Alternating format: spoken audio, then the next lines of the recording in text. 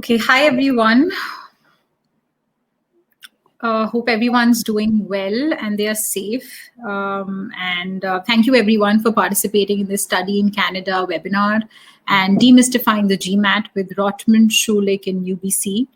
I would like to welcome our esteemed speakers today and thank them for sparing out time for this event. Today we have quite a few speakers actually.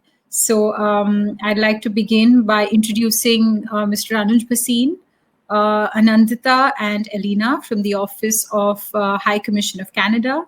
They are here to talk about Canada as a study and a work destination and will solve all your queries that you have related to Canada. And we also have leading schools from Canada. We have Jessica Morgan from Schulich. We will also be soon joined by Daniel Spence from Rotman and Zan Ikweta from the University of British Columbia. They'll soon join us any minute. All of these three schools are leading schools of Canada, and they're going to address your questions on school application process, course structure, details, and opportunities post the program. We'll also have a session by GMAT, which I'll be taking. So I'm going to talk about the online GMAT, and I'm going to talk about what are the new features that we've introduced in the online GMAT, how is it different from the test center GMAT, and you can address me questions directly if you have anything related to GMAT. Today's webinar is packed with speakers, so I'm going to keep it very short. The flow of the webinar is going to be such that we'll start off with Anuj, who is going to present on Canada, followed by Anandita and Elena, who are going to specifically talk about visa and study permits. Then we will open it up to questions and answers only for the High Commission of Canada team. So once that gets done, I'm going to talk about online GMAT and features of the test, which will be followed by school presentations. And we will have Schulich, Rotman, and UBC talk about their admission process in about 5 minutes each. And once they get done, then we're going to have a panel discussion with schools, which is going to be really interesting, very relevant for the times that we're all going through these days. And post that, we're going to open it up to question and answers by all of you.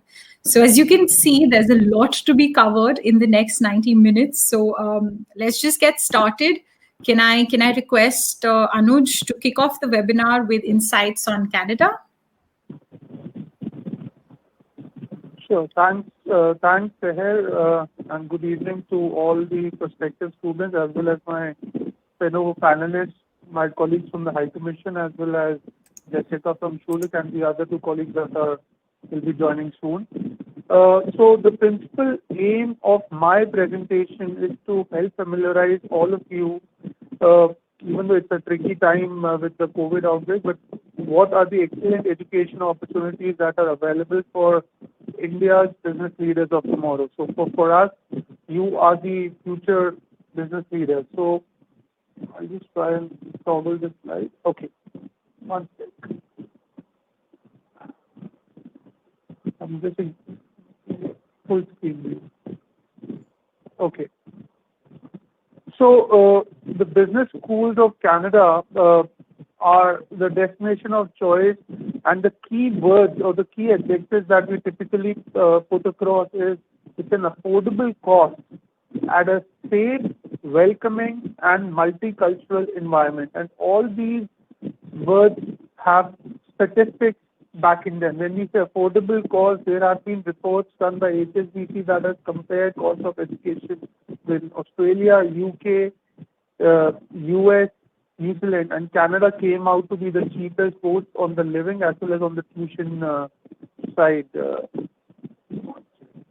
I've lost the presentation.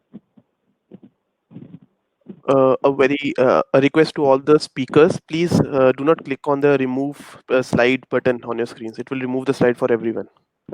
Sorry, Anuj, please carry on. Sorry.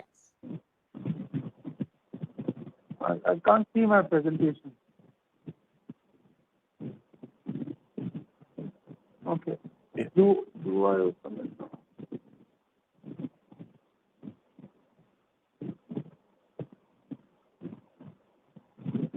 Are you opening it for me? Yes, Anuj, I can't see the presentation. I've already opened it. Are you not able to see it? Just a second. I'll just reopen it. Yeah, I'm sorry. Now it's working fine. Sorry about that. Okay, great. No worries. Okay, so so I was coming to the key attributes. So it's a safe, welcoming, and multicultural environment. Canada is a country of immigrants, and typically you would find in a business school setting with people of more than 50 nationalities sitting in a classroom, and it leads to a lot of exchange of cultural as well as intellectual exchange of information. One key attribute of Canadian education is that by and large, majority of the universities are publicly funded. And by that I mean that you have that minimum level of academic integrity in place in terms of the teaching infrastructure, in terms of the research infrastructure, or the campus facilities. So no matter where you study, I mean, you have three of the top business schools that are part of the panel, but across the 40-odd Canadian universities that offer MBA programs, right from the West Coast in Victoria to the East Coast in St. John's, the chances of going down is very less. Now, another key attribute that you would see is that we've seen a significant upsurge of students from India over the last 5 years. India last year has overtaken China as the largest source country for Canada, with at the moment more than 220,000 Indian students with a valid study permit as of September 2019. Now, if I put it in context, just about 5 years ago, that number was about 35,000. So it's more than five-fold increase over the last 5 years, and that itself demonstrates how bright and talented Indian students are viewing Canada as a study destination. A lot of them choose to stay there. Some of them come back, but no matter whatever the individual choices are, they become a brand ambassador of India in Canada, should they decide to continue there, or if they come back, they become a brand ambassador of Canada in India. I mean, at the High Commission, I engage with a lot of Indian officials, and this network really helps people to navigate within the business ecosystem. Now, in addition to this, another phase of Canadian life you can count on is the acceptance the community will have to you. And this is very important in the current context, wherein when the COVID outbreak happened, the federal government as well as the community held international students with open arms. This included providing financial support up to 2,000 Canadian dollars per month for international students, including Indian students. So these are non-Canadian citizens. Expanding eligibility areas of work. My colleague on the visa section will talk about the during study and post-study work permit options that we have. But expanding, when I say the areas where or the areas where students can work, it has been expanded up to 40 hours a week, which typically during academic sessions is about 20 hours a week. Then even the institutions are really geared up to a smooth transition towards online education. So that community-driven mindset is prevalent across all Canadian institutions and all big and small cities. Plus, you have great campus lifestyle to leverage. I mean, majority of the Canadian institutions have top-end academic infrastructure, from wired libraries to Olympic quality-sized sports facilities to public concert halls. And at a post-secondary level, you have many opportunities to meet like-minded individuals and gain valuable experience. With say even a student-run radio or businesses. You have a lot of startup incubators that are there on the campuses. So it's a pretty strong support. Even the career support services or the social clubs that you'll find, it helps a lot of international students to transition smoothly into the Canadian education ecosystem. Housing typically is available on campus, or assistance is provided in finding off-campus accommodation for some universities. And these, this ensures that the first-year student integrates faster in the academic ecosystem. Just changing the slide. Okay.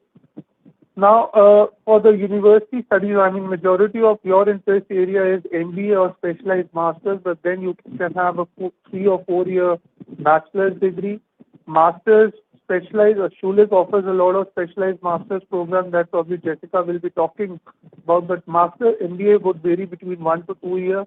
And should some of you be interested in pursuing PhD in business administration or those subjects in supply chain management, operations management, typical length would be about 3 to 5 years. And then you have certain specific specialized certificate programs which are short-term and more on the career development side. Now, specifically on the MBA, the programs are offered at over 40 schools.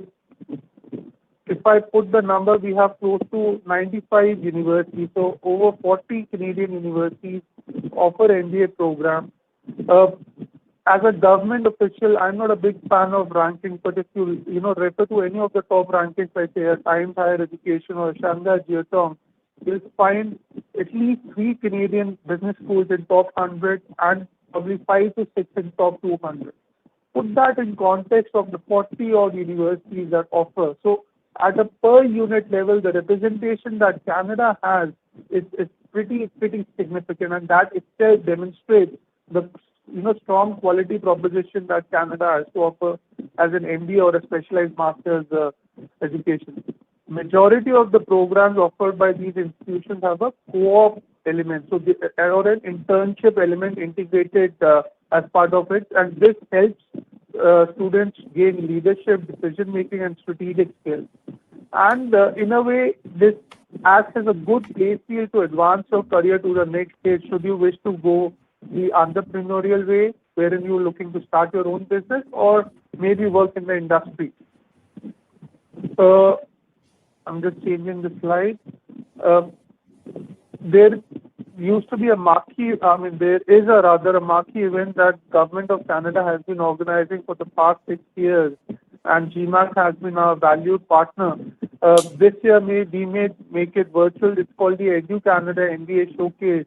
We've been, telling about what different study options are available at an MBA level. During these events, students participate in interactive sessions, etc., for admission, visa procedures, etc.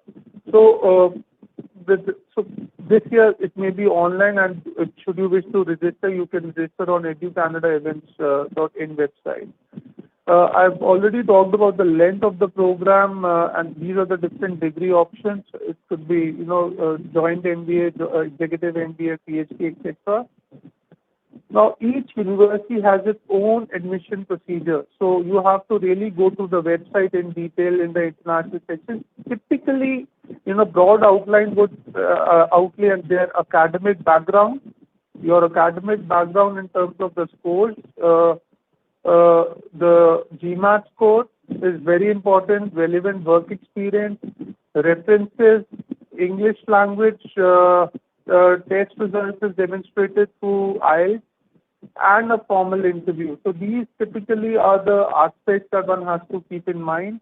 If you are looking for a scholarship, you generally need to get admitted first into a university and then connect with a professor or supervisor to obtain a recommendation.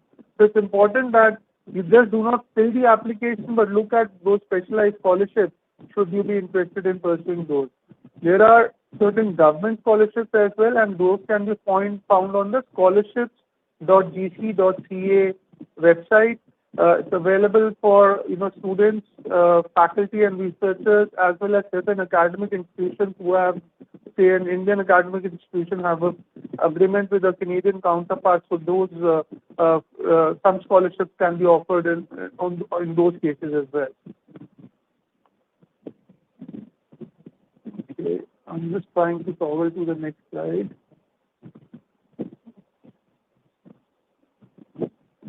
Not moving ahead.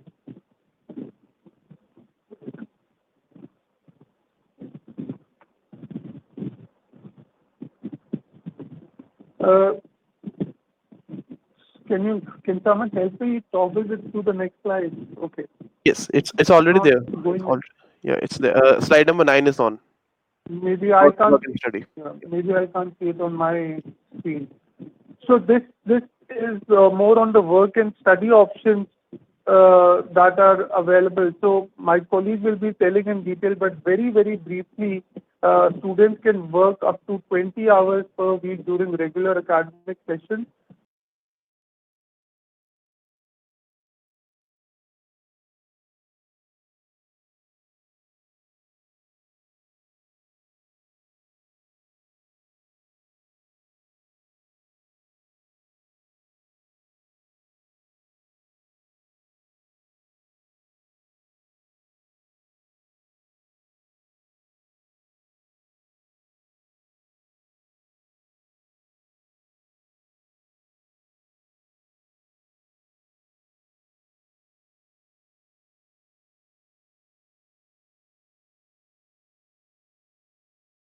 Employment outcome. And Canada ties third place with Germany when it comes to the ranking as well on the quality of education, quality of life, as well as job prospects, which is very, very important because we're making a pretty decent investment when we're looking for a MBA program. Should we are looking to follow the startup or the entrepreneurial route, then it is the second easiest place to start business in the world, which is again very, very important when you're starting a fresh or setting a new business venture. I'm sorry, I'm just struggling a bit in terms of toggling the slides. There's a bit of a latency in that. Can anyone move to, can you please move me to the next slide now? Slide 10.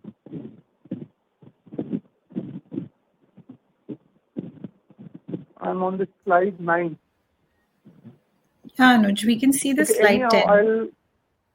Yeah, we can see clearly. Maybe you can you can play it on your screen and then talk about it. I'll just play it on my screen. That will be easier. Yeah.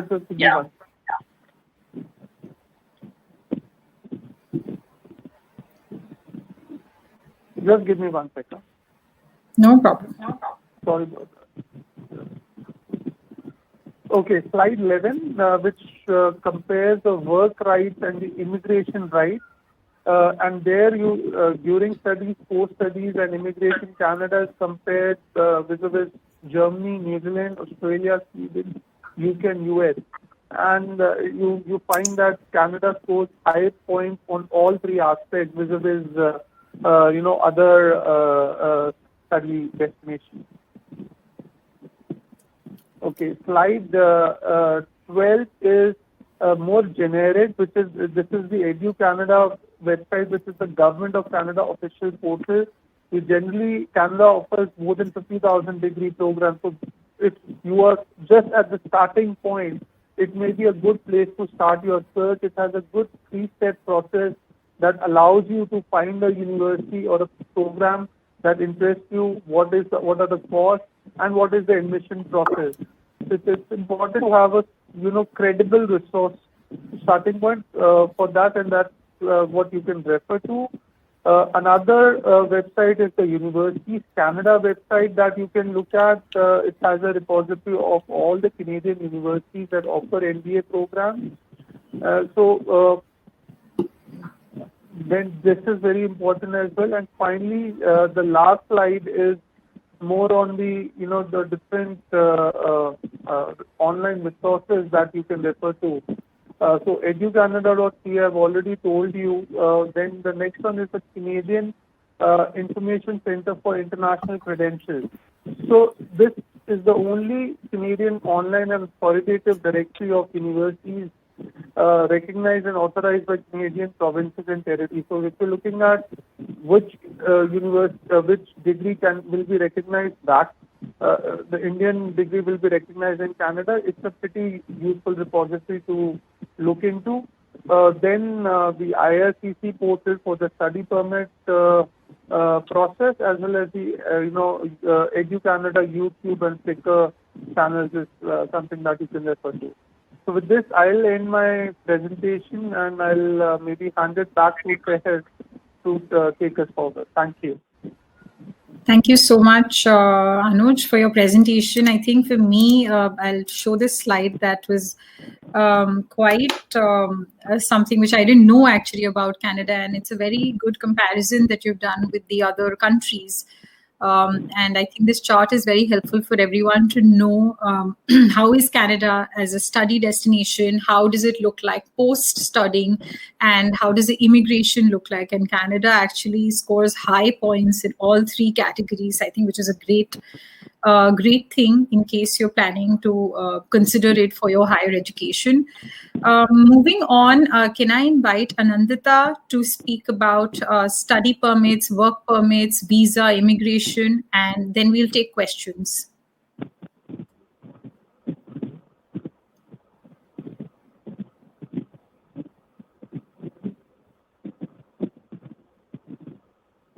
Okay, I think Anandita maybe is facing some technical issues. Is Elena there?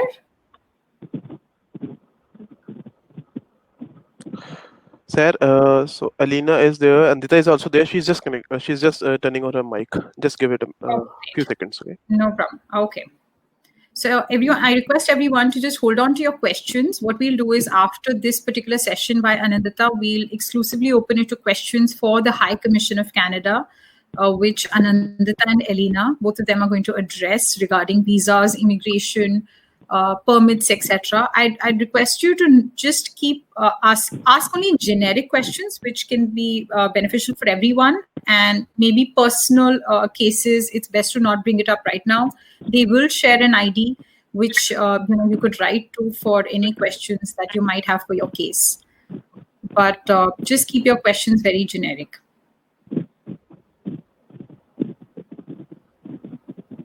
Another announcement just for the speakers, I request if someone is navigating on the screen, just don't please press the remove button or don't try and change the slides, because all the speakers have control for all the presentations. So I request you to remove your cursor off the screen so that you don't unintentionally press on the remove button, or you don't kind of take control of the slide while the other speaker is presenting.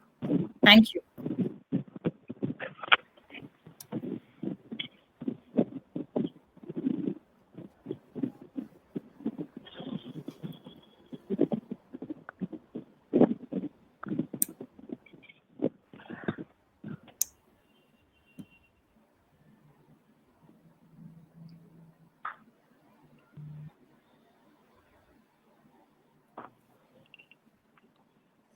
Hey, Elena, you there?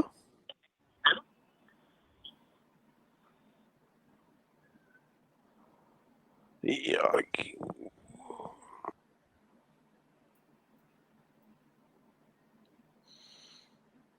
Elena, can you hear us?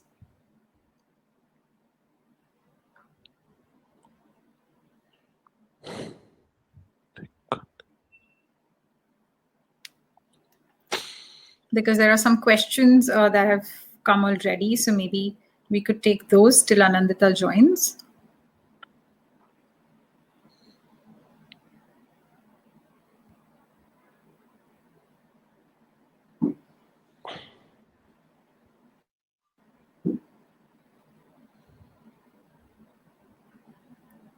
Okay, Anandita is actually, Elena is answering some questions already, since she's having issues connecting her audio because of some security problem.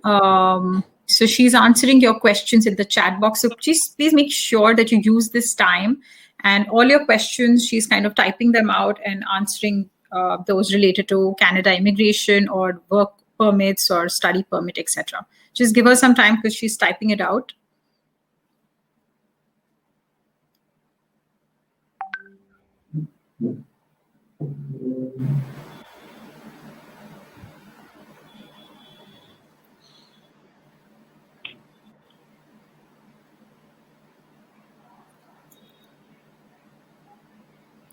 Okay, while she answers these questions, let me move on to talking about the online GMAT.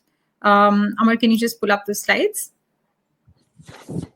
Just keep also asking your questions, guys, so that you use the the fact that our High Commission of Canada team is here. They are actually very selective about webinars. So they've been very nice to us that the entire team is here to answer your questions related to study permits, work permits, visas, immigration, etc. So just make sure you use this time and ask them away. Okay, let me speak about, just spend about 5 to 10 minutes on the online GMAT and what we have for you. So before I begin, I'd just like to give you some context on what we're going to talk about in the next 10 minutes, maybe. So what has happened is obviously because of the pandemic, GMAC as an organization decided that we should have an online GMAT exam, which you can actually sit at home, the comfort of your home, and take it, because test centers obviously were affected. There were quite a few of them were closed. Some of them are still closed. Some have opened up because of health and safety concern in India and across the world, in fact. So let me just take you through what do we have for the online GMAT. The online GMAT exam is basically, the only difference is that you take it from home, and there are security measures such as the video feed is constantly on because the proctor actually is constantly looking at you through a video feed, which your webcam is going to actually be shooting throughout the test. So this is the only change that has happened. Otherwise, the structure of the test more or less remains the same. You have the same quant, you have the same verbal, you have the same IR. Only the difference is that AWA section, which is the essay writing section, is no more there. So that's one change that has happened in the online GMAT. Otherwise, it is, again, a most trusted and widely used assessment by more than 7,000 plus business programs across the world. Make sure that you understand that scoring methodology, algorithm, number of questions, time, everything remains the same. So why I'm emphasizing much on that is to let you know that there's no change in your preparation that's needed. So absolutely, you don't have to change your preparation at all. Just talking about the structure of the test, the scores, the experience, and the delivery. Like I said, the structure remains the same. You have your quant, verbal, no AWA, that means no essay writing. So the exam is much shorter now. The section has the same number of questions, but now you don't have the section order flexibility. Like earlier, you could take verbal first and then quant. You could decide whichever is your strength area and take the exam accordingly. But now you have to take it in a particular order, which is quant first, then verbal, and then IR. And those are the 3 sections that you write only.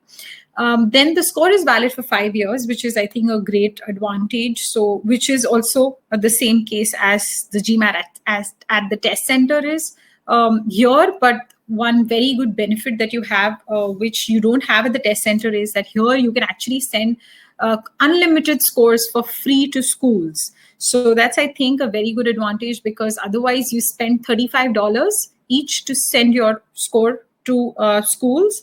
After the 5, you get complimentary with the $250 fees that you have in India. But otherwise, you do spend $35 for your score to be sent to other schools. This is per program.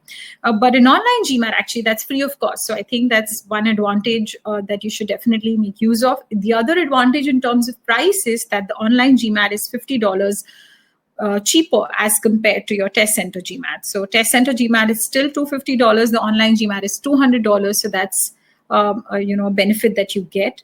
The other bit is on the breaks. There is a little change. Your test center GMAT has 2 breaks, 8 minutes optional breaks. Here in the online GMAT, you just have 1 break, which is after verbal. So you give quant section, then you give verbal, and then you have a break, and then you follow it up with IR.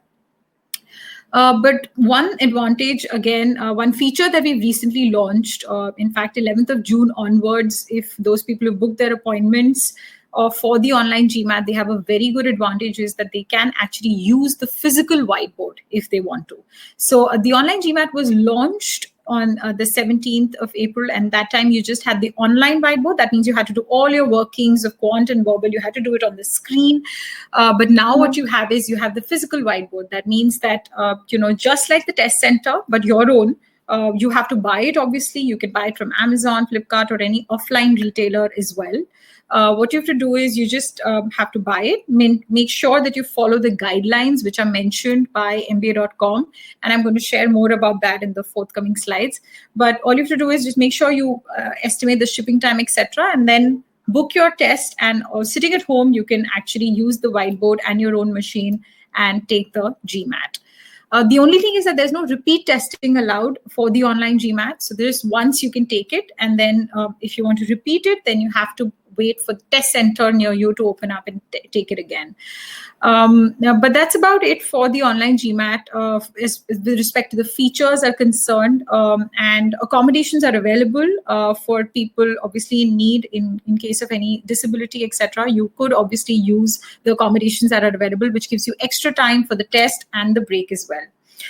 Structure is something I've spoken at length about. You check in for 15 minutes. It takes about 5 minutes actually, but we're giving it 15 minutes, wherein the proctor might ask you to do certain things, maybe take a 360-degree scan of the work desk that you're going to take your test in. You also have to upload certain IDs, photos, etc. So that might take some time. And then you start your test by giving quant and then verbal and then break and then IR. So that's the structure. These are some things very basic, which I've spoken about. It's a $200 test. You register on MBA.com. Appointments, great things are available 24/7. So you don't have to, you can actually even take the exam at 2 in the morning, So that's something that is I think, great flexibility in case that's the time when, you get some quiet hours in your house. You could even use that time. And score is valid, and you can send your scores unlimited score to all the programs that you feel like. And obviously that increases your chance to also get admission. This online GMAT is currently available through 17th of July. We might extend it further, but it all depends on the situation of COVID cases, etc., and how long this pandemic actually continues. But as of now, it's definitely available till the 17th of July. It might get extended. These are some of the things that I think I've already spoken about before the test, but maybe you want to scan through this slide once. The things that you have to do there's a system test that you will have to run to make sure that you have the internet speed that's needed. 1 Mbps, by the way, is the speed that's minimum that's needed to take the GMAT exam. You can't take it on your mobile or iPads, etc. You have to use your laptop. You can use Mac machine or Windows. That's totally okay. And there are these proctor check-ins, etc. needed, and then you can start your exam. Talking about the online whiteboard, that option is also available. We have launched the physical whiteboard, but the online whiteboard is also available.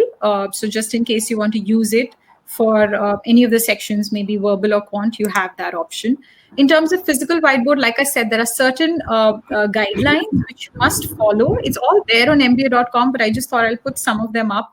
For example, the size. It's very important that you should, follow the guideline. When you purchase a whiteboard, it should be not more than 12 into 20 inches.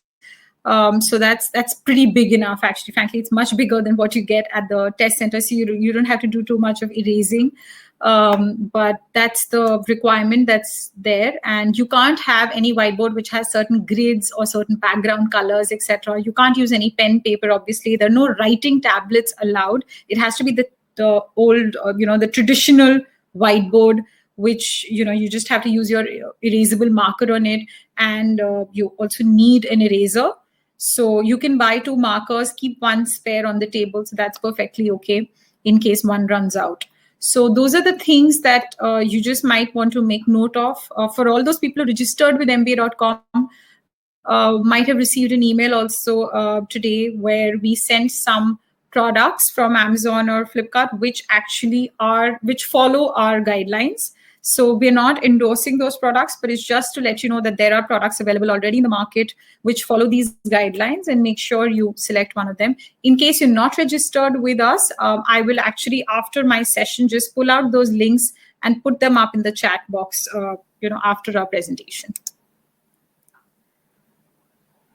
Speaking about sending of scores, you can actually you'll actually receive your score in 7 days. Within 7 days, you're going to get your official score.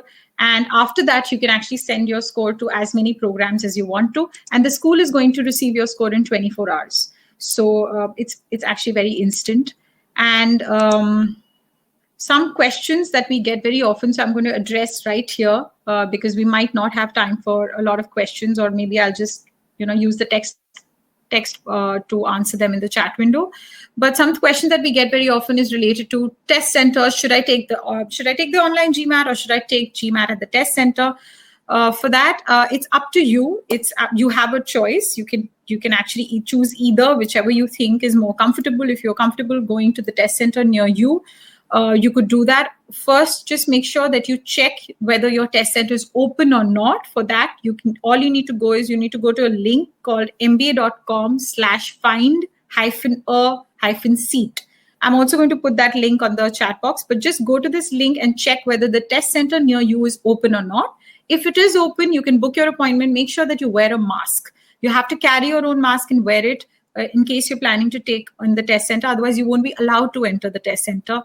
Otherwise, at home, there's obviously no restriction like that. You could just book an appointment again on mba.com and just take the test. Also, the appointments cannot be transferred. So it's not that if you've booked it at the test center, you can't just transfer it to your at-home test. You can't just do that. You will have to cancel one of the mediums and then book a fresh appointment in case you want to take it at home or you want to take it at the test center.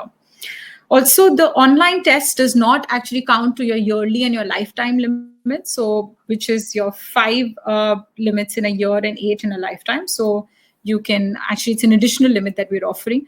And no phones, smartwatches, or dual monitors, or any external devices, or stylus, or fingers on the touch screen using for the whiteboard, etc. Nothing of that sort is allowed. Your desk has to be super clean. You just have to have your system on it and your whiteboard. One question that I get very often is, does the webcam need to be adjusted to the whiteboard while we are scribbling in? Does the proctor need to know what exactly we're scribbling? The answer is no. Your webcam just has to be focused on you, your face. That's it. Whatever you're scribbling, it's fine. The proctor doesn't need to know. So that's about it from my end. And in terms of preparation, I just like to leave you with this link, wileyindia.com/GMAT. And this is where you prepare for, in case you were interested in buying the online version of the official guide 2021. This is for Indian audience only. The price is $22.99. And I've covered some things here, but just in case you have some internet issue that, it's not stable, or you have power cut, etc., don't you worry. There is some resilience already built into the system. Your answers will be stored in case it goes off for a minute. But more than that, or if the outage is for a longer time, many more minutes, or maybe it's an hour or so, then obviously your exam we might not be able to resume it at the same time, and then you might have to take it again. It goes through a process of verification, etc. But that's about it. Make sure that you have good internet connection and stable power. If these two things are sorted, I think online GMAT option is a great one that you could use during these times. So that's about it from my side. And these are the links that I spoke about during my presentation. And I'm also going to post it in the chat window. So we don't have much time for questions, but I hope I could answer most of the questions, because I anticipated some and I put them up on the slide already. Now let's move on to the schools. Sir, so we have Anantha with us. Anantha, are you there? Yes, can you hear me? Yes. Great. So Anantha is here. So let's get back to our slides on study permits. Good evening, everyone, and apologies for the technical error. Thank you for being patient. At the onset, I would like to thank Seher and her team, and also the team of Collegedunia for putting it together. I know you must be eager to listen to the schools who are here today. And so without any further ado, I would just like to quickly take you through a little bit of information. Hopefully this should be a good chunk of information that you need before you actually go ahead and start applying for your study permit. So one of the first things that you need to know before you apply for the study permit is that you do not need a study permit if you're going for a course to Canada which is of less than 6 months. So if you're going for a summer course, a summer training, which of course this year is definitely not a possibility, but whenever you decide to do so, and even if it is in the winter, then also the 6-month rule will apply. The application fee for the study permit is 150 Canadian dollars, and the plus $85 Canadian dollars that you see in the bracket is for the biometric submission. So for anyone who has an Indian passport, currently you are required to submit your biometric information when you apply for your study permit. So before applying, you need to definitely look at certain things and keep certain things in mind. You, of course, need to have researched the designated learning institute, the university or the college that you want to go for, and whether it is the right one for you in terms of fit for the course, the location, if you prefer a particular location in Canada. You also need to know about the amount of finances that you want to invest in your course, and whether and how you are or your parents, guardians, or family are going to support you during the course of your program in Canada. You also need to be sure that you have all the right documents in place. One of the most important documents is, of course, your passport. So in case you do not have a passport before you apply, then you definitely need to make sure that you do that. Anyways, you will be required to have a passport when you give your English language test, whether it is an IELTS or a TOEFL. So a passport is one of the very important documents. On your screen, you can definitely see the educanada.ca link. So you can go there and look for the universities, colleges, and institutes in Canada providing different types of courses, different types of programs, and decide which one is the best suited for you. And of course, the last link, which is given highlighted in blue, is the link for the immigration purposes, basically the information that you need to apply for your study permit. Now, when you're applying for your study permit, there are primarily two options. One is to apply on paper and one is to apply online. But online application is definitely what we would recommend. And currently, given the scenario, the current COVID-19 scenario, and for the fact that it is so unpredictable, and because we don't know how long this is going to continue, until when we will have to keep working remotely or keep working from home. So applying online is the best solution or the best suggestion that we can provide at this time.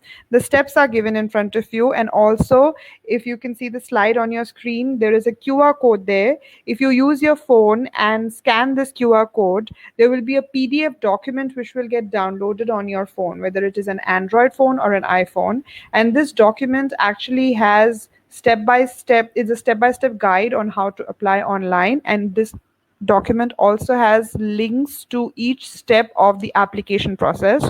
So if you want, please go ahead and download this QR code. I mean, in addition to the current scenario, why online is better, we've tried to highlight a few things here. It is, of course, faster because e-applications are prioritized. It is simpler because when you apply online, you need to first answer a series of questions regarding your personal information, your previous travel history, and your current situation, residential status, and all of that. And based on that, there is a checklist which is generated, a document checklist. This document checklist basically gives you a list of all the documents that you need to submit when you are applying for your study permit. So this is very helpful because when you do that on paper, you don't get this checklist. So you kind of just assess the kind of documents that you think you will need and you just put together your application. So applying online is much more feasible this way, simpler, because it gives you personalized, tailor-made checklists.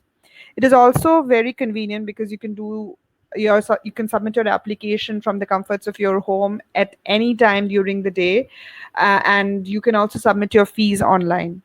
So yes, once again, I would like to reiterate that online applications is the way to go. Sorry, my slide is not moving forward. Can someone from the team please? Okay, so yeah. So biometrics is something which I had mentioned right at the beginning.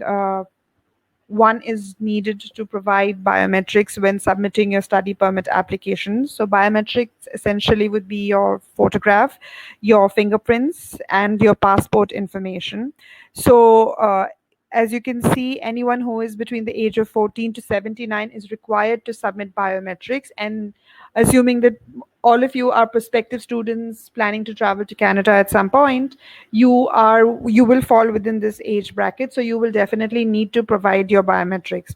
However, one thing to remember is that if since the time biometrics has been launched in India, if you have already visited Canada in the capacity of a visitor with your family, it means that you might have already submitted your biometrics. So just check for that before you go ahead and submit your biometrics once again, because biometric information once submitted in our database is valid in our system for 10 years. That is irrespective of the visa that you applied for. In terms of a study permit, a work permit, or a tourist visa. So just make sure that since the time biometrics was launched in India, which was in December 31st, 2018, you have not already submitted your biometrics. If you've done so, you don't need to do that again, but it is very likely that you might not have submitted biometrics. So please make sure that this is done before you actually put together and submit your application. Where you can submit your biometrics is at your nearest visa application center. There are essentially 10 visa application centers in India, but currently, due to the COVID-19 scenario, the visa application centers are all closed, which essentially means that till there is further notice from the government of India regarding lockdowns and regarding the opening of services like these, you can only submit your application online, but you will have to wait till your for your biometric submission till the time the visa application centers open across India or the one nearest to you opens. As mentioned earlier, the biometric fee is 85 Canadian dollars. This is in addition to the study permit application fee. So kindly remember that. So like I mentioned, there are 10 visa application centers in India. New Delhi, Chandigarh, Jalandhar, Bangalore, Chennai, Hyderabad, Kolkata, Pune, Ahmedabad, and Mumbai. So you can actually travel to any one of these visa application centers, maybe the one which is closest to you, and submit your biometric information there.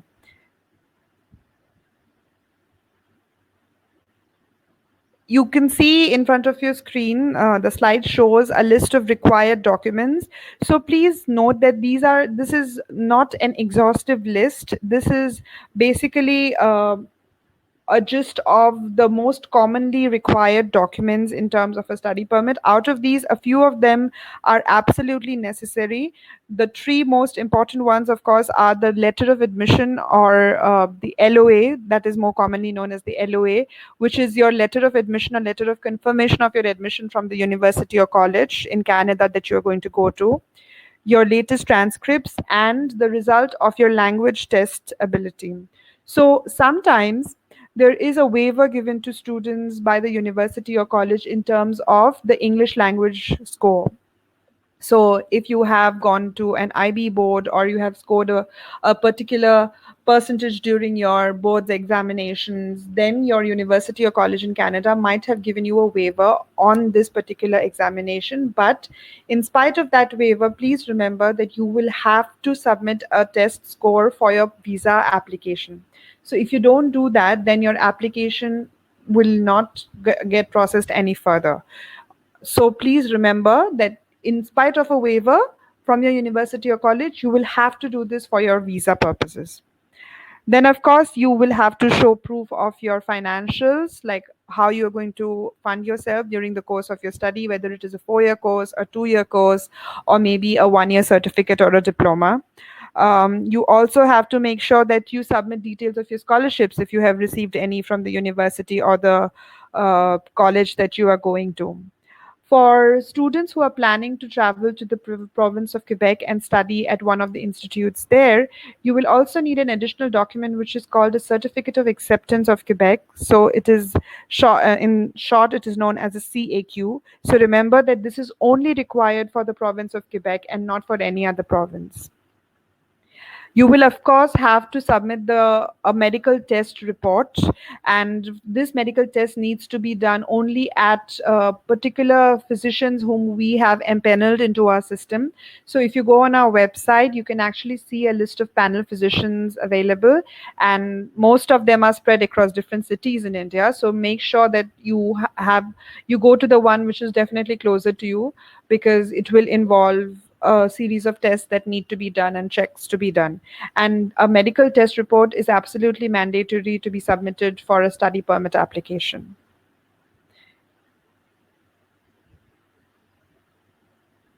I'll not go into much detail with this slide, but if you can just look on your screen, it talks about a few good examples or documentations which will actually support a good study permit application.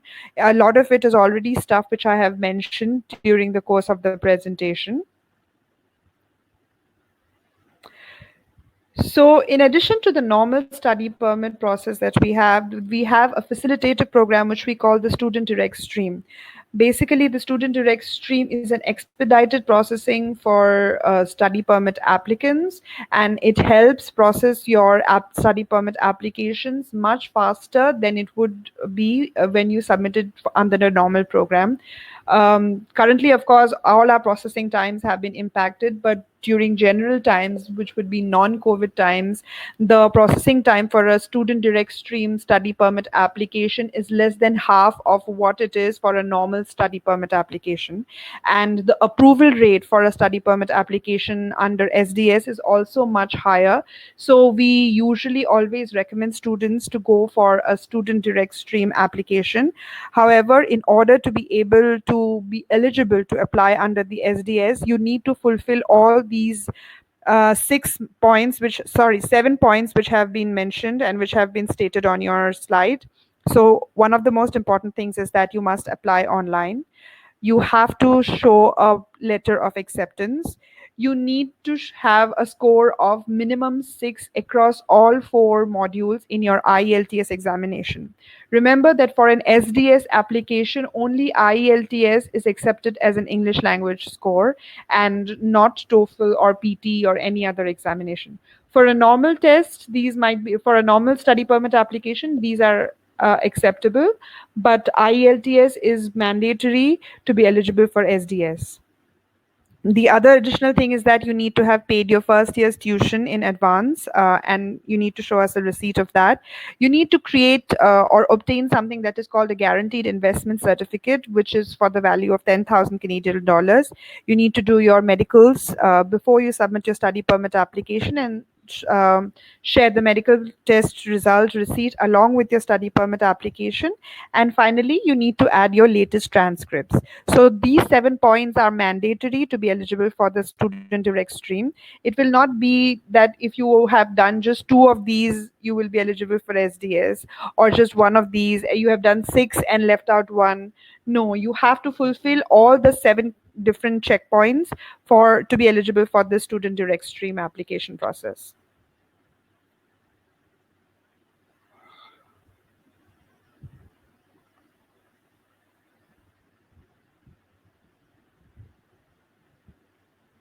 So one of the most interesting things for students, and also one of the most important things the students want to look at when they are studying in Canada, is the fact that whether they can work in Canada as a student or not. So one of the best parts about studying in Canada is that yes, you can work as a student while you are enrolled as a full-time student in any of the institutes in Canada. As Anuj mentioned during his presentation, during course time, during regular study months or study weeks, you can only work for up to 20 hours when you are on a study permit. But during holidays, even if you are on a study permit during your winter break or your summer break, you can work for as long as 40 hours, even if you are on a student permit or a study permit. So you need to be eligible to work on a study permit, to be able to work on a study permit, and these are the criteria which you have to fulfill. You have to be a full-time student. A non-ESL is basically a student who is not pursuing any course related to English. You need to be enrolled in a designated learning institute. You need to be enrolled in a program which is of a minimum of 6 months in length, and a program which will lead to a degree, a diploma, or a certificate. Make sure that all these are fulfilled in order for you to be eligible to work while you are a student. Now, what happens once you have finished your degree or course, and what happens to your study permit? So, of course, your study permit is only granted till the duration of the course of your study. But once that is over, sorry, I think I missed another slide here. So once that is over, you are eligible to have something that is called a postgraduate work permit. So remember that a postgraduate work permit is only given once you have finished your course, because when you're applying for a postgraduate work permit, you would need to show us proof that your course has been completed and you have received your degree or your certificate or diploma. A postgraduate work permit is issued for a maximum of 3 years, but the important thing to remember is that usually the duration of a postgraduate work permit, which is in short called a PGWP, is equal to the duration of the course that you had taken. So if your course was for 1 year or 12 months, then the PGWP that will be issued to you at the end of your course will be for 12 months. If your course was for 18 months, then the PGWP duration will be for 18 months. If your course was for 2 years, however, the PGWP that will be issued to you at the end of your course will be for 3 years. But again, if your course was for 4 years, if it was a bachelor course, in that case as well, your PGWP will be for a period of 3 years only. So if you look at it, the maximum duration for which you can be issued a PGWP is 3 years. And a PGWP can be issued only once. So it's not that once your PGWP expires and then after 3 years you get another one if you have not yet converted or gotten yourself a work permit tied to an employer. No, a PGWP will be issued or given to you just once during the entire course while you are in Canada. This is something that we consider very seriously because it happens a lot in India. Please be aware that there are a lot of fraudulent agents and a lot of fraudulent representatives who are trying to or who are in the market to lure you out of your money by giving you false or misguided information. And there is a lot of information in the market where people are trying to give you wrong information, incorrect information, just so that you either get scared, you get worried, and you think that if I don't do this, then I might not get a study permit, and you end up paying a lot of money to people. You sometimes end up sharing a lot of personal information, which is then misused in so many ways. So please, when you start doing your research to look at universities, colleges, study permits, please make sure that you are looking at all the information from the right sources, which would ideally be our official social media pages and our official websites. So some things that you need to remember is, of course, protect yourself, make yourself aware of fraudulent websites and scams. There are a lot of email scams, and there are a lot of unauthorized agents who will tell you that they are officially identified by the government of Canada to represent students. They charge you a lot of money, sometimes amounting to lakhs and lakhs of rupees. Please know that like I said right at the beginning, the visa application fee is just 150 Canadian dollars and $85 for the biometric submission. In addition to that, some people will actually charge you, like I said, lakhs and lakhs of rupees. So you always, in case you need to go to an agent or a representative, please make sure you go to someone whom we would call or identify as an authorized representative. So an authorized representative, like this slide says, must be a member of any three of these bodies, and you can actually find representatives of these authorized representatives on a website, the link of which I will share at the end of the presentation. So an agent is not an authorized representative as long as they do not advise you on which programs you need to take, complete, or update your application. So your agent or your representative is never supposed to finish your study permit application or even on your college application on your behalf. It is you who need to do that, and if they just take you for a ride with it, sometimes you will not even know that that is happening. So just make yourself aware of all the information that needs to be put in your applications. People offering such help and services might be your friends, your travel agents, employment agents, human resource professionals, educational agents, or even the visa application center.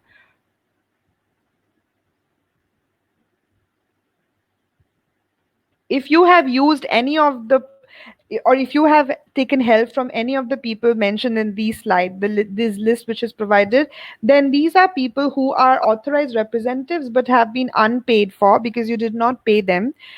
And in that case, you need to fill up this form along with your study permit application and attach it so that we know that you have taken the help of an additional person, which doesn't impact your application in any way, but this is just information that we need to know when we are during the process of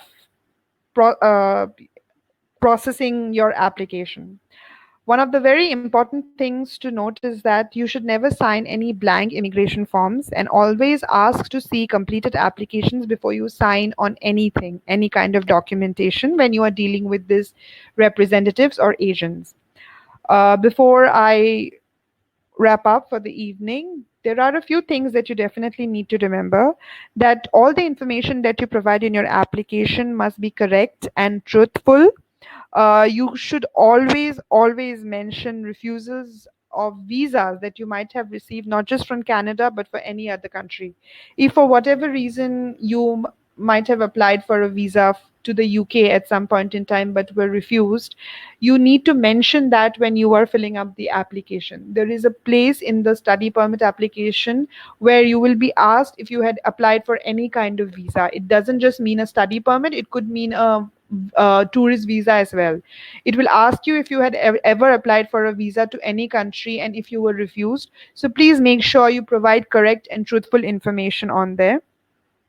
Incorrect, hidden, or false information on your application can actually lead to a ban of 5 years, because we consider that as misrepresentation, and in that case the applicant gets penalized for providing wrong or incorrect information. Sometimes you don't even remember and you just randomly check the no box when a question like this is asked. So please make sure that you look back on all your previous applications and even ask your parents if required, and then go ahead and give the answer to a question like this. As mentioned, you can make a note of all these website links. You can find a list of authorized representatives if you click on the last link, which says Authorized Immigration Representative. If you want, you can actually take a screenshot of this slide because this might not be easy to note down. So you can look at it later and serve these websites. And with that, I will finally close by sharing with you our online social media page coordinates. We are very active on Facebook and Twitter, and the handles for that are Canada and India. On YouTube and on Instagram, we have our global IRCC page. Not all the information that you find on it might be always relevant for India, because they always share information which is globally applicable. But if you want specific India related information on study permits or any changes to the process of study permits, then you should always follow us on Twitter or Facebook at Canada in India. And I think that's the end of my presentation, and I think Seher would now open up the house for questions. Thank you so much, Anindita. That was very detailed, and thank you for helping us through so much detail about immigration, about visa, study permits, work permits. Actually, frankly, I was also noting down things because even I didn't know so many things about, the permits, etc. So Elena actually and Anuj both have been answering these queries that have come on the chat window. So thank you both for taking care of all these queries that are coming. But there's one question, maybe I thought, since it's in the benefit of everyone to know, and this question is very common, that Esther has asked. So Anandita, maybe because Alina's voice audio is not working, if you can just take this question. It just says that in Canada, generally, if you have to apply for masters, they require 4 years of bachelor's degree. And if in case that the person has done only 3 years of bachelor's, then is it possible to do that, to apply for a course in Canada, do a 1 year plus certificate course, and that will total up the bachelor's to 4 years? Does that work? And then they can apply for a master's there? Or will that 1 year in Canada won't count?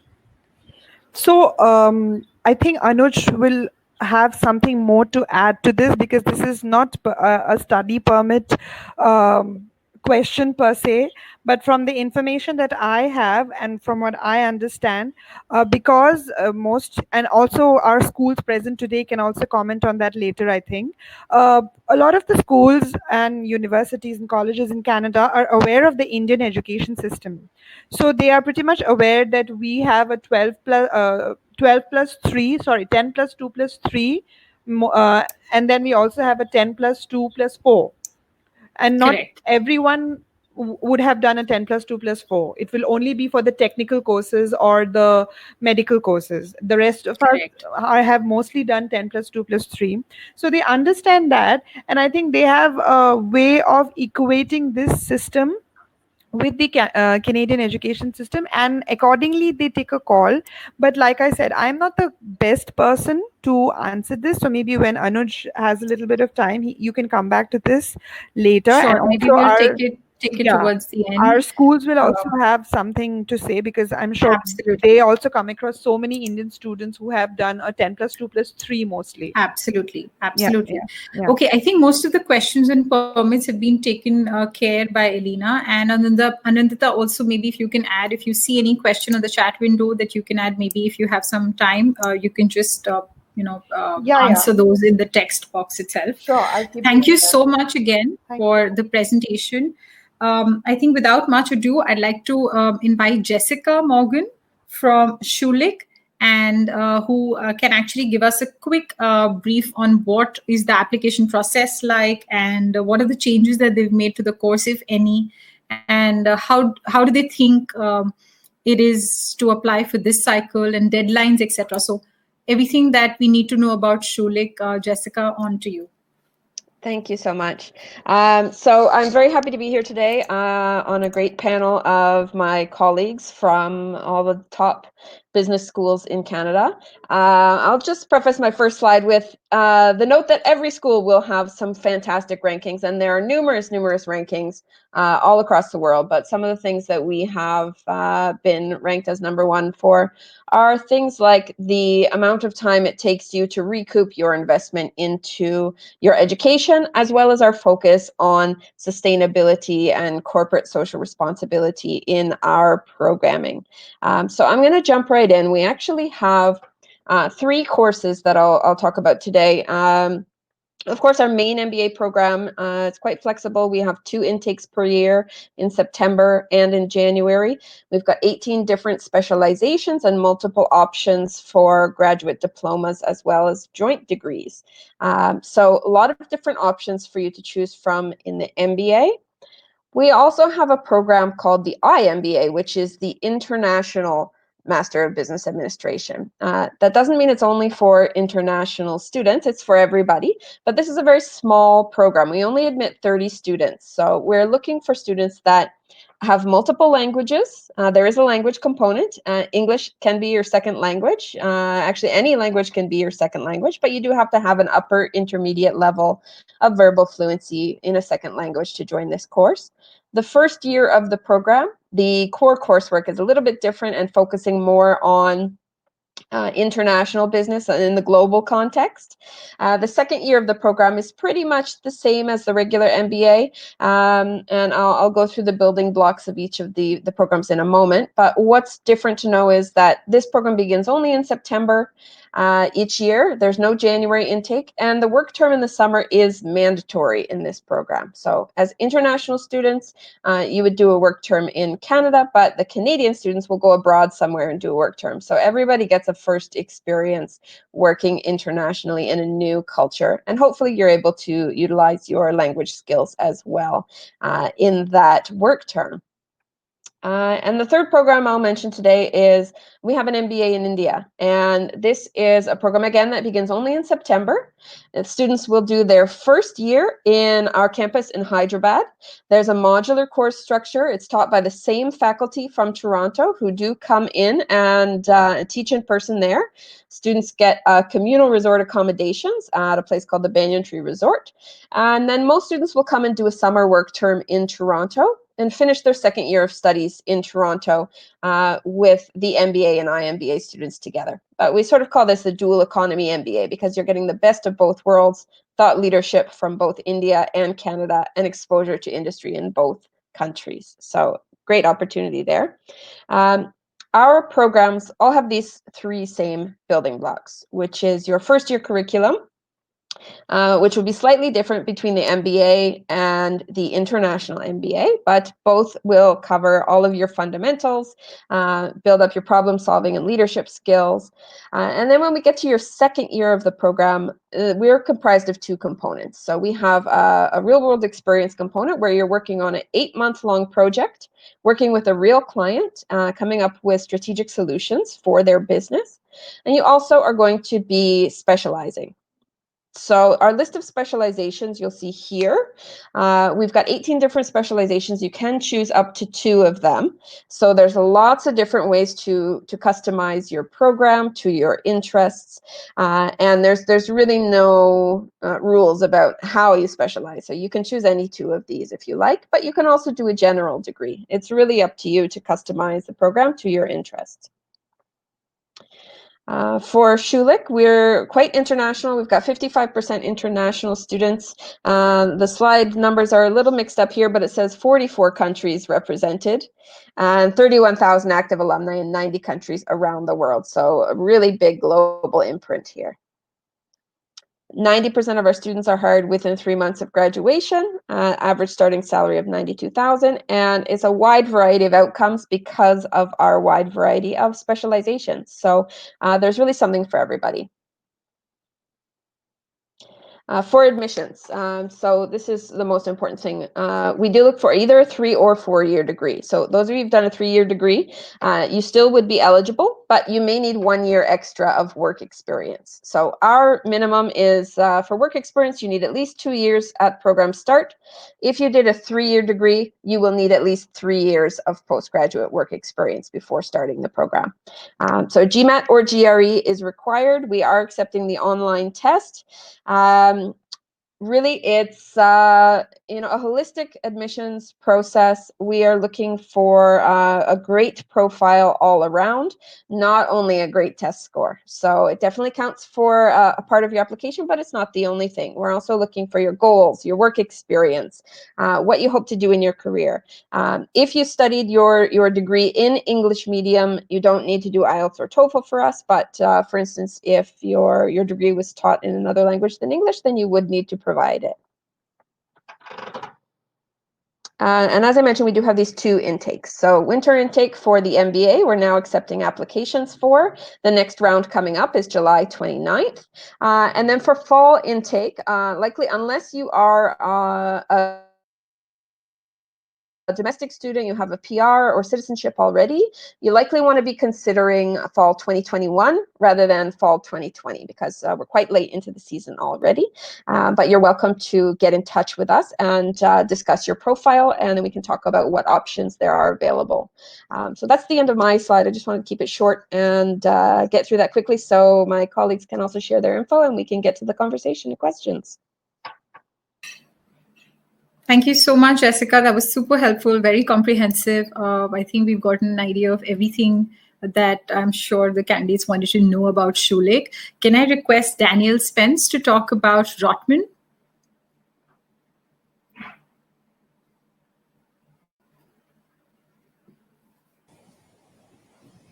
All right, I've just unmuted my mic there. Similar to Jessica, I want to thank everyone for attending today. It's our pleasure to be here to help you learn a little bit more about the respective schools, and the information already has even been useful to me about the GMAT and studying in Canada. So hopefully it's useful for everyone attending today. I'm going to go through these. I only have 2 slides for you this morning, and I'm going to put an emphasis on being brief because I know we are running a little short on time. Rotman is part of University of Toronto, based in downtown Toronto in the province of Ontario. We are known for being an innovative school. Getting back to the rankings, as Jessica pointed out, there are a lot of different rankings to consider when looking at schools. We're very proud of our association with University of Toronto, which is ranked 18th in the world. Rotman specifically is known for our strong faculty and a lot of the programming that we have at the university. So one of the things that Rotman is specifically known for is our self-development lab and our leadership development lab.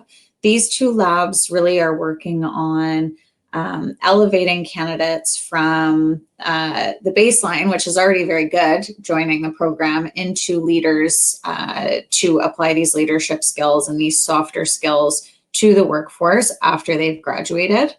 The modules of the self-development lab and leadership development lab have been created by a former McKinsey partner and a Harvard-trained personality psychologist.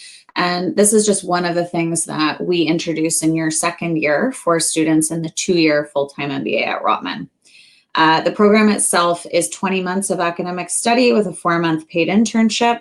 It's important to consider what MBA program and what MBA format works the best for you. There are 1-year MBAs offered at institutions. Rotman only offers the 2-year full-time MBA. We do have other MBA programs available. However, I'm just here to talk about the full-time today. So what we're looking for in applicants, I find that our Indian candidates are always pretty knowledgeable coming into these events. And you guys are always wondering what we are looking for in candidates. And we look at 4 different areas when assessing applications. So the first area we look at is your intellectual horsepower. This is assessed by looking at your GMAT score and your GPA from your final year of undergrad. As Jessica mentioned, Rotman's very similar. We do accept a 3-year undergraduate degree. So please don't panic if you only have those 3 years. We do understand that the Indian system is a little bit different than the Canadian system, and that's not going to work against you. Our average scores for the GMAT and the GPA are a 3.5 out of 4 for the GPA and a 670 for the GMAT. The second thing we look at is your experience and impact. This is assessed by looking at a 1-page CV. Please don't give me more than 1 page, and 2 professional references. The third thing we assess is your communication and presence. This is assessed by having you sit 2 Kira talent, which is commonly used with universities, spontaneous video and question answer periods, and then a spontaneous written portion as well.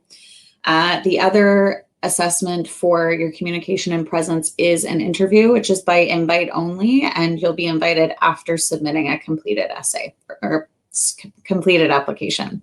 The final thing we look at is your spike factor. Spike factor is assessed through your admissions essay. Spike factor is a term that does often need more explanation. Effectively, what we're looking for is what makes you unique. What are you going to bring to the Rotman community to help you contribute during your time as a student, but also your time as a graduate? So we're looking for in your essay any experience, maybe accomplishment, perhaps even adversity you've overcome in your life that has required grit, passion, perseverance, resilience, and goal setting. So we want to learn more about you, what you're passionate about, and what drives you. So that is what we're looking for in the application itself. Now getting down to the details, what we do require from students is that undergraduate degree. 3-year degree is absolutely fine. You do need to write a GMAT or a GRE. We are accepting both online tests this year. If you have CFA level 3, we will accept the CFA level 3 in place of the GRE or the GMAT. You do need at least 2 years of work experience by your date of matriculation. We do require 2 professional references, the essay and video components, as I mentioned before. English language proficiency is only required if you have not completed your undergraduate degree in English. By and large, our students from India and South Asia have completed that undergraduate degree in English. And then, of course, the final element is your interview. So our application rounds, we only have 1 intake a year, and that is in September. Our early round deadline is actually just around the corner. It's crazy how fast time flies. It's August 7th. The application will be going live in July, so it's not yet on the website. So I have had a few emails recently about not being able to start the application yet. You are going to have to wait until the month of July. Our round 1 deadline is October 5th, and you can see the other ones listed there. I think across the board, MBA programs encourage students to apply as soon as you can in any application cycle. This is for a multitude of reasons. The first being it is simply a numbers game in a lot of instances. When we begin an application cycle, we have all of the spots available in the program. Once we start going through rounds, those spots become less. Same goes for scholarships. So we have quite a big scholarship pool at the beginning. It's about $6 million.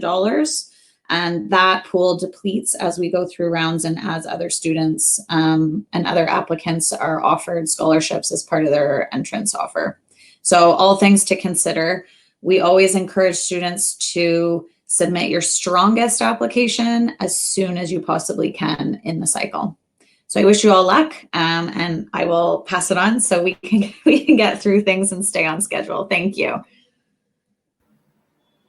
Thank you so much, Daniel. Again, I think there's some great insight about Rotman that we got from your presentation. I think we will talk more during the panel discussion and the questions. Can I invite Zah Nikweta to talk about UBC? Zah, can you hear us? You won't be able to see Zah because he's having some issues connecting with this video. But yeah, I think we can hear him clearly. Zah, on to you. Yeah, so can everybody hear me there? Yes. Perfect. Okay, so thank you very much for this opportunity to speak to everybody. So my name is Zah Nikweta, and I work for the UBC Sauder School of Business, which is part of the University of British Columbia. I'm going to speak today about 3 programs specifically. The Master of Business Administration, the Master of Management, and the Master of Business Analytics. So up in front of you there, you can see the admission requirements, and they differ in certain aspects. So for instance, if you have more than 2 years of work experience, you would be eligible to apply for our MBA program. If you have less than 2 years of work experience, you would be eligible to apply for our Master of Management program. And our Master of Business Analytics program does not have a work experience requirement. I'll go into these programs in a little bit more detail in further slides coming up. But generally, we're looking for, in terms of your GPA and academic achievements, we're looking for a GPA of 3.3, which is about a B+, 76%. We do accept both the GMAT and GRE. You can see 2 scores there in each respect. Our competitive score is a 650 or plus, 650 plus, and the minimum GMAT requirement is 550. We're looking specifically at your quants and your verbal. In terms of the GRE, again, 310 plus is the competitive score, and the minimum requirement is a 300. So you will need a minimum of 2 references, maximum of 3. There are some written and video essays and some English proficiency tests if applicable. So for instance, an IELTS of 7.0 and a TOEFL score of 100 if the language of instruction in your undergraduate degree was not in English. And I would just like to say, first and foremost, that the admissions process that we undertake at the UBC Sauder School of Business is a holistic one. So if there are certain aspects in your portfolio that don't necessarily meet. Let's say you have a little bit of your GPA is a little bit below the minimum. We are looking at other ways for you to redress this balance. But it's a very holistic process. We take a lot of time going through these applications. So please don't be deterred if you see numbers up there that you don't necessarily meet within reason. So can I go on to the next slide there, please?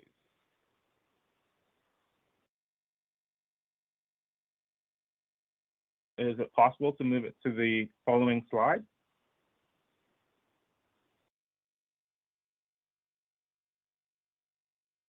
Okay, so we seem to be a little bit stuck there, but I'll go into our MBA program. Hopefully we'll get that slide up. Our MBA program is 16 months in duration, minimum of 2 years full-time work experience post-graduation. To be competitive in this aspect, we're looking for about 3 to 5 years of full-time work experience.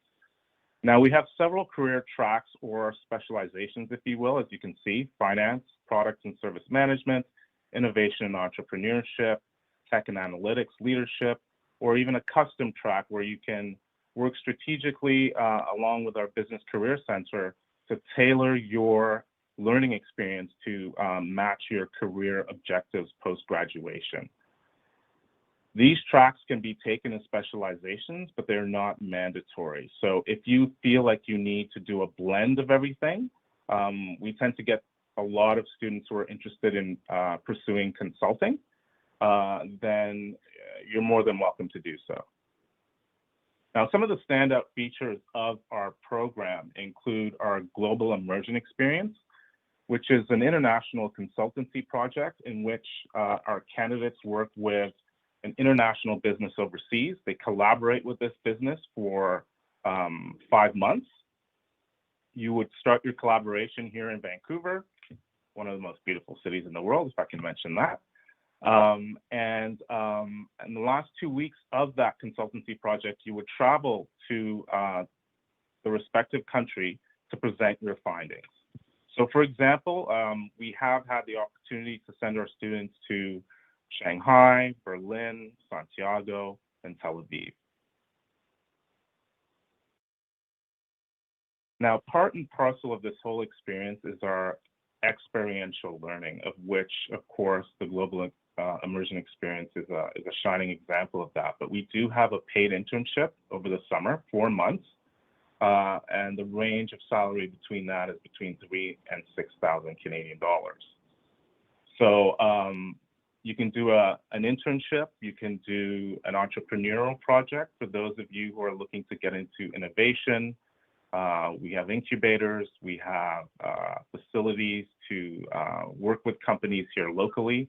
So you would be front and center in the room with some of the main players in Vancouver who work in the entrepreneurial sector.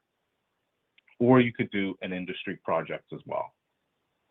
Now, this is all underpinned by our Business Career Center. So when you become an MBA candidate at the UBC Schulich School of Business, you're paired with a one-on-one coach for career support. And this individual will help you to strategize your learning to suit your career goals post-graduation.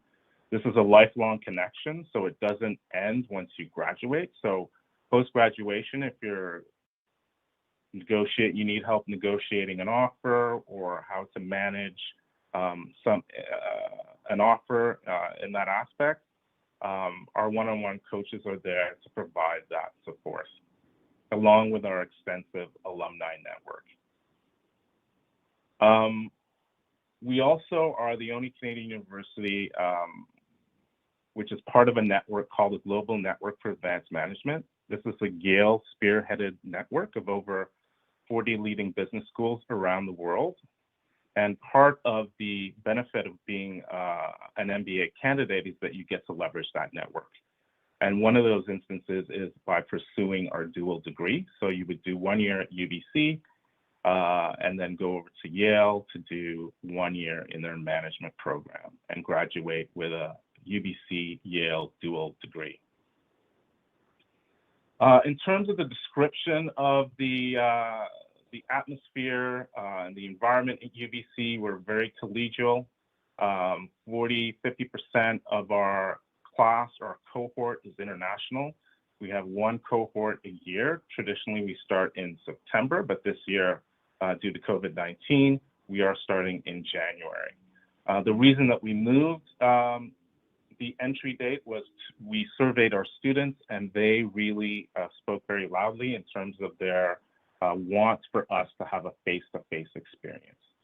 So the extended application deadline is in January 2021, and the deadline to apply for the UBC full-time MBA is August 18th.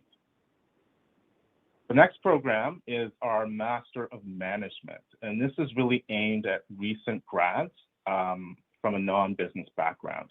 It's 9 months in duration.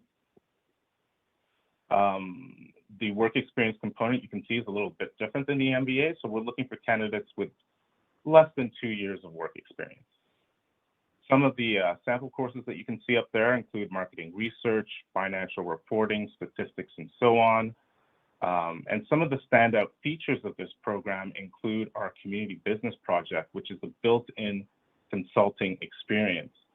In this instance, what we do is we pair our students with our clients who are nonprofits or social enterprises and give them a real-world consulting experience in order to leverage and apply their skills with what they've learned in the classroom.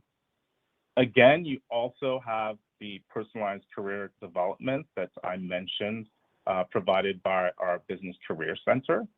And again, a very collegial experience, 50 students, quite small, from varying undergraduate backgrounds.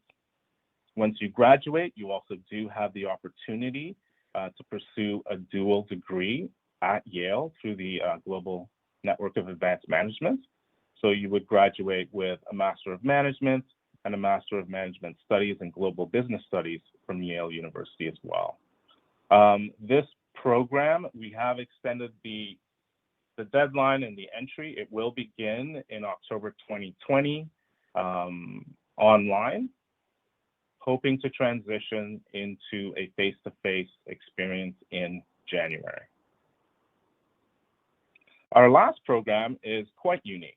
It's a one-of-a-kind program which really speaks to anyone who wants to work with companies to interpret data in order to use data to make effective business-related decisions. So this is really an intersection between the world of data science and the business world. So in lieu of that, we do recommend that applicants have some exposure to, university level statistics, calculus, linear algebra, and so on. The standout features of this program include an analytics consulting internship guaranteed for every student.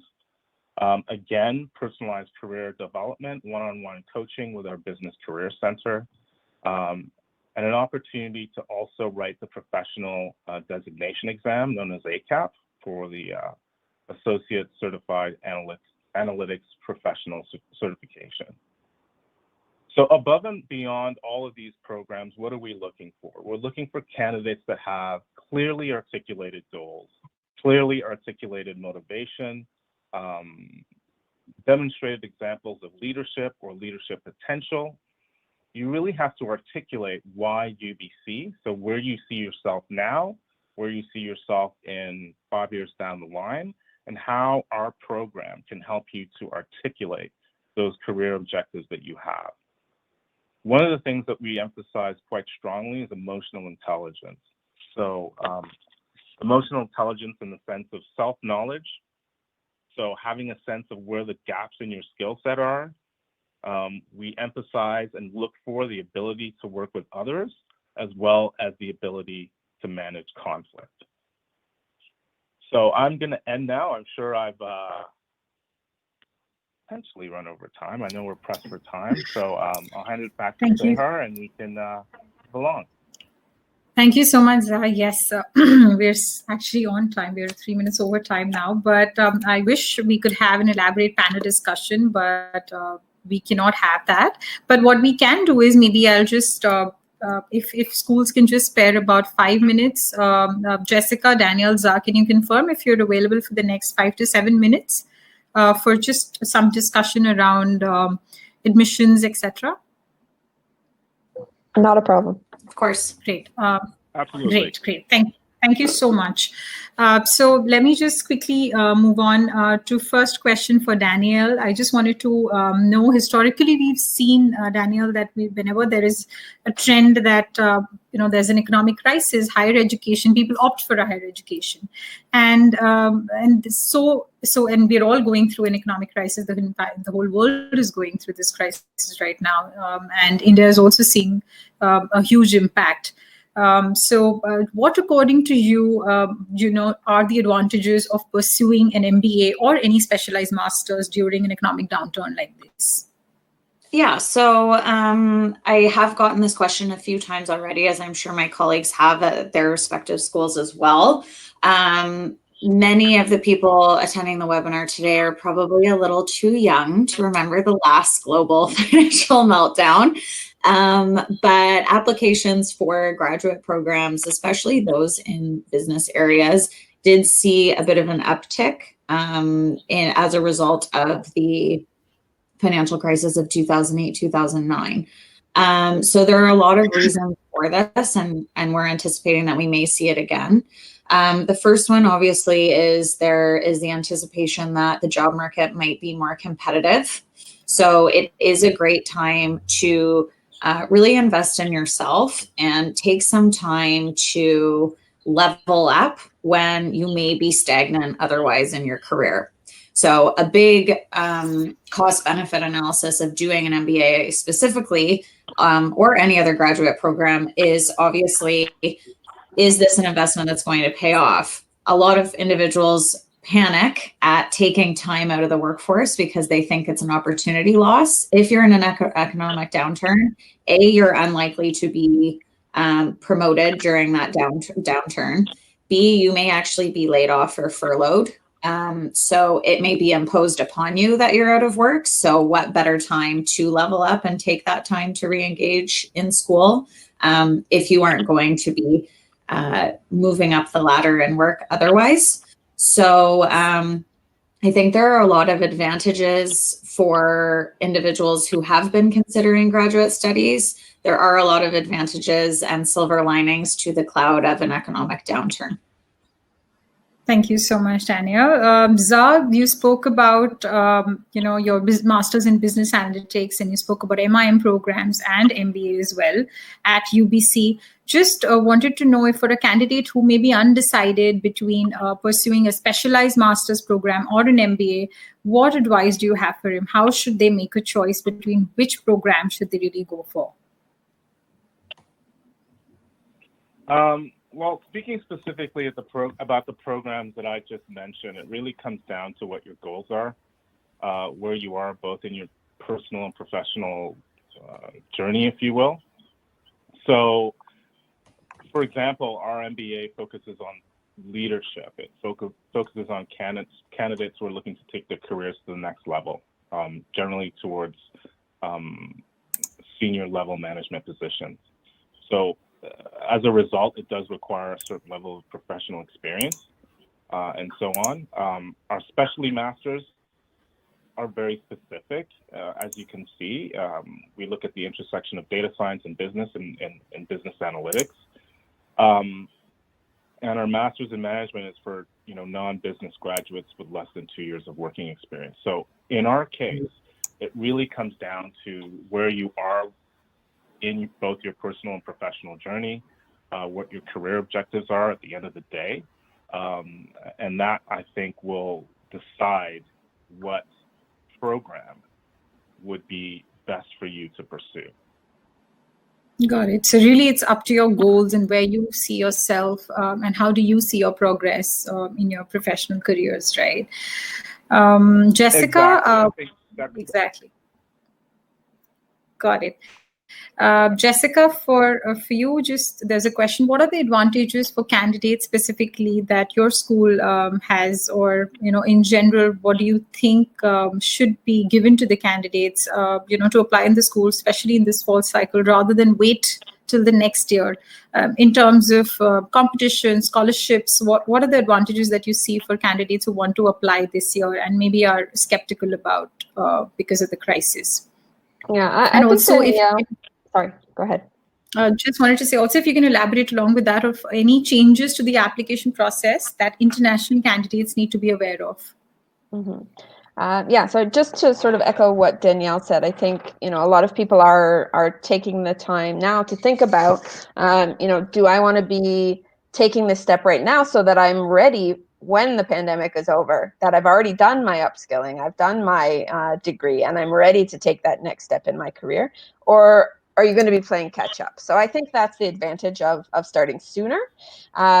When it comes to our admissions process, we haven't changed our requirements. Of course, the thing that has changed is the online testing availability.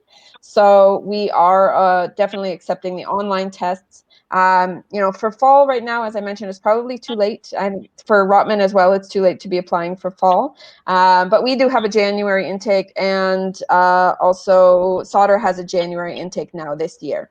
So you can definitely apply right away, but do your homework. It's really important to put forward your best application, as Danielle mentioned. So, don't do it in a panic. Take the time to do your research, to take advantage of looking at the resources that are available on the school's websites that you're interested in, and then reaching out for that conversation to understand if the program is a good fit for you. So we definitely, want you to put your best foot forward. So take that time to take a look at researching each of the schools, to looking at what the benefits of each of the programs are, and what one might fit you the best to take that next step forward in applying. Absolutely. I think the key takeaway for me is do your research. Do your research very well, and don't panic, and don't submit your application when you're not ready. Be ready. Do your research in terms of obviously the ranking, obviously the course structure, what your goal is, and then put in your best foot forward. Zaf, for you, how will admission committees view candidates who've experienced a sudden job loss, or there are certain unexpected changes that have happened in their careers because of COVID? How does UBC maybe look at those cases, and how do you recommend candidates address their current circumstances with their application? We don't necessarily look at them in any sort of different way. The short answer is we really prefer transparency. One of the attributes, I believe, of successful graduates in any program, whether it's at UBC or York or Toronto, is resiliency. And I think an MBA tests that resiliency. So to us, it really speaks volumes if someone is resilient in the face of this challenge and who looks to take this opportunity as a way to either take their career to the next level, to upskill, to change direction in the face of what is quite a challenging time that we're in. I think most business schools are looking for solution-driven individuals, right? Candidates who, and so we don't really look at that as a negative aspect. So, if I was to give any advice, it would be to be upfront, truthful, transparent, articulate your goals and your motivation, and do your research into the particular program that you want to pursue.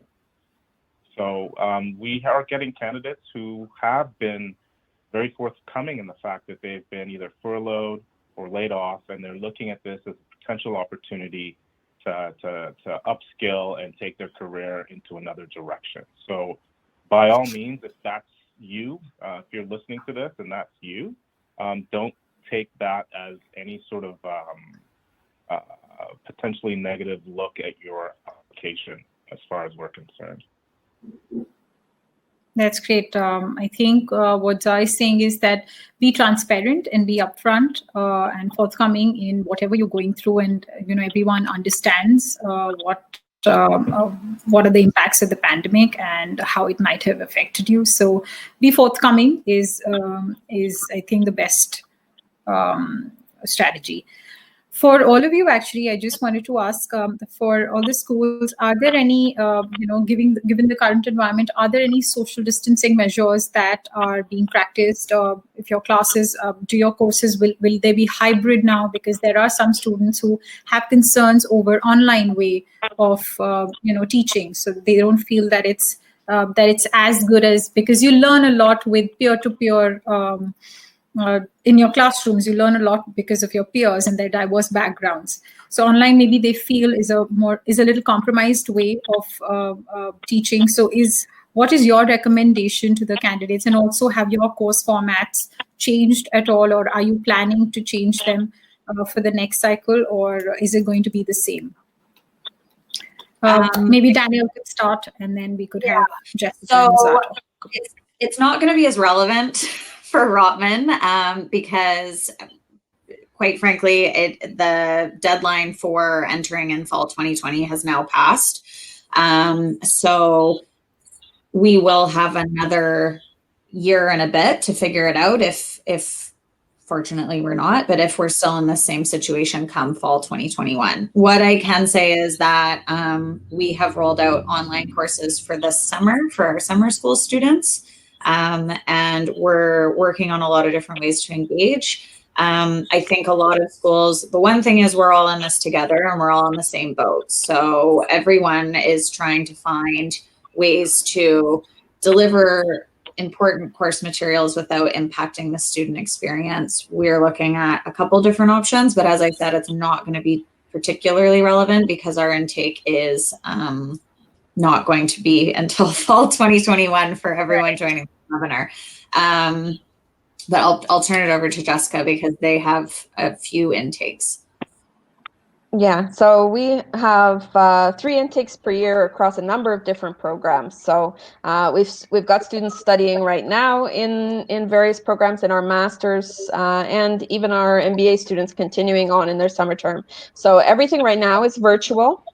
For fall, we are planning hybrid methods. So that means we're going to start virtually, and then as soon as we're able, bring back elements of some in-person social distance opportunities, but of course not penalizing any candidates who aren't able to travel. So they'll still be able to complete their coursework for fall online if they choose to do so. Great. Zara, you want to talk about how UBC is handling these changes? Sure, absolutely.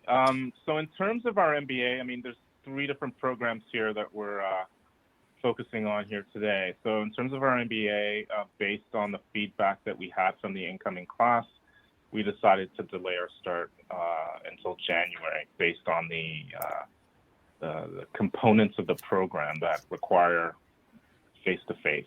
So on the recommendation of the incoming class, we changed our intake from September to January in the hopes that by that time we will be able to meet face-to-face.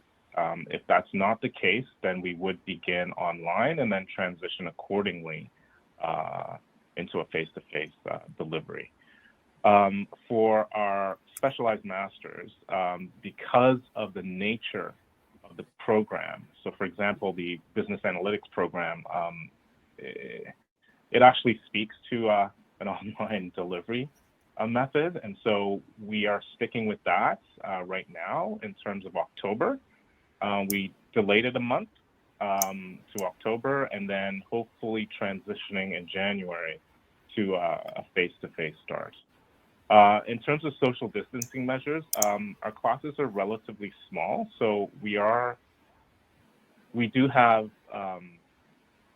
Plan B, Plan C in that case in order to facilitate social distancing measures if necessary at that point in time. But as we all know, this is a bit of a moving target, so one has to really see how this unfolds. But in terms of the MBA, it was quite clear that we should have a delayed start. Makes sense. Thank you so much, Zara. Thank you all of you actually for extending your time. I'm sure you all have a packed day, and you still gave like good 20 minutes almost. We're over time. So thank you so much to Jessica, Danielle, Zara, and also Anuj and Elena, who are still answering our questions, and even Anandita for that matter. They are from the High Commission of Canada, and they've been answering all your questions on the chat window. Can I request the school representatives to just put your email ID or any email ID that the candidates can reach out to in case they have more questions related to the schools? If you can just put that in the chat window, it'll just help those candidates to email you or your rep who can answer questions related to admissions. Thank you so much again, everyone, for attending this webinar. It was a really long, more than about, we're actually about to end at about 2 hours. So that's a really long time. Thank you for being with us, and hope it was very insightful for all of you. And all the best to all of you. Stay home and stay safe. Thank you. Thank you. Thanks. Bye. Thank you. Thanks, Bye. everyone. Bye.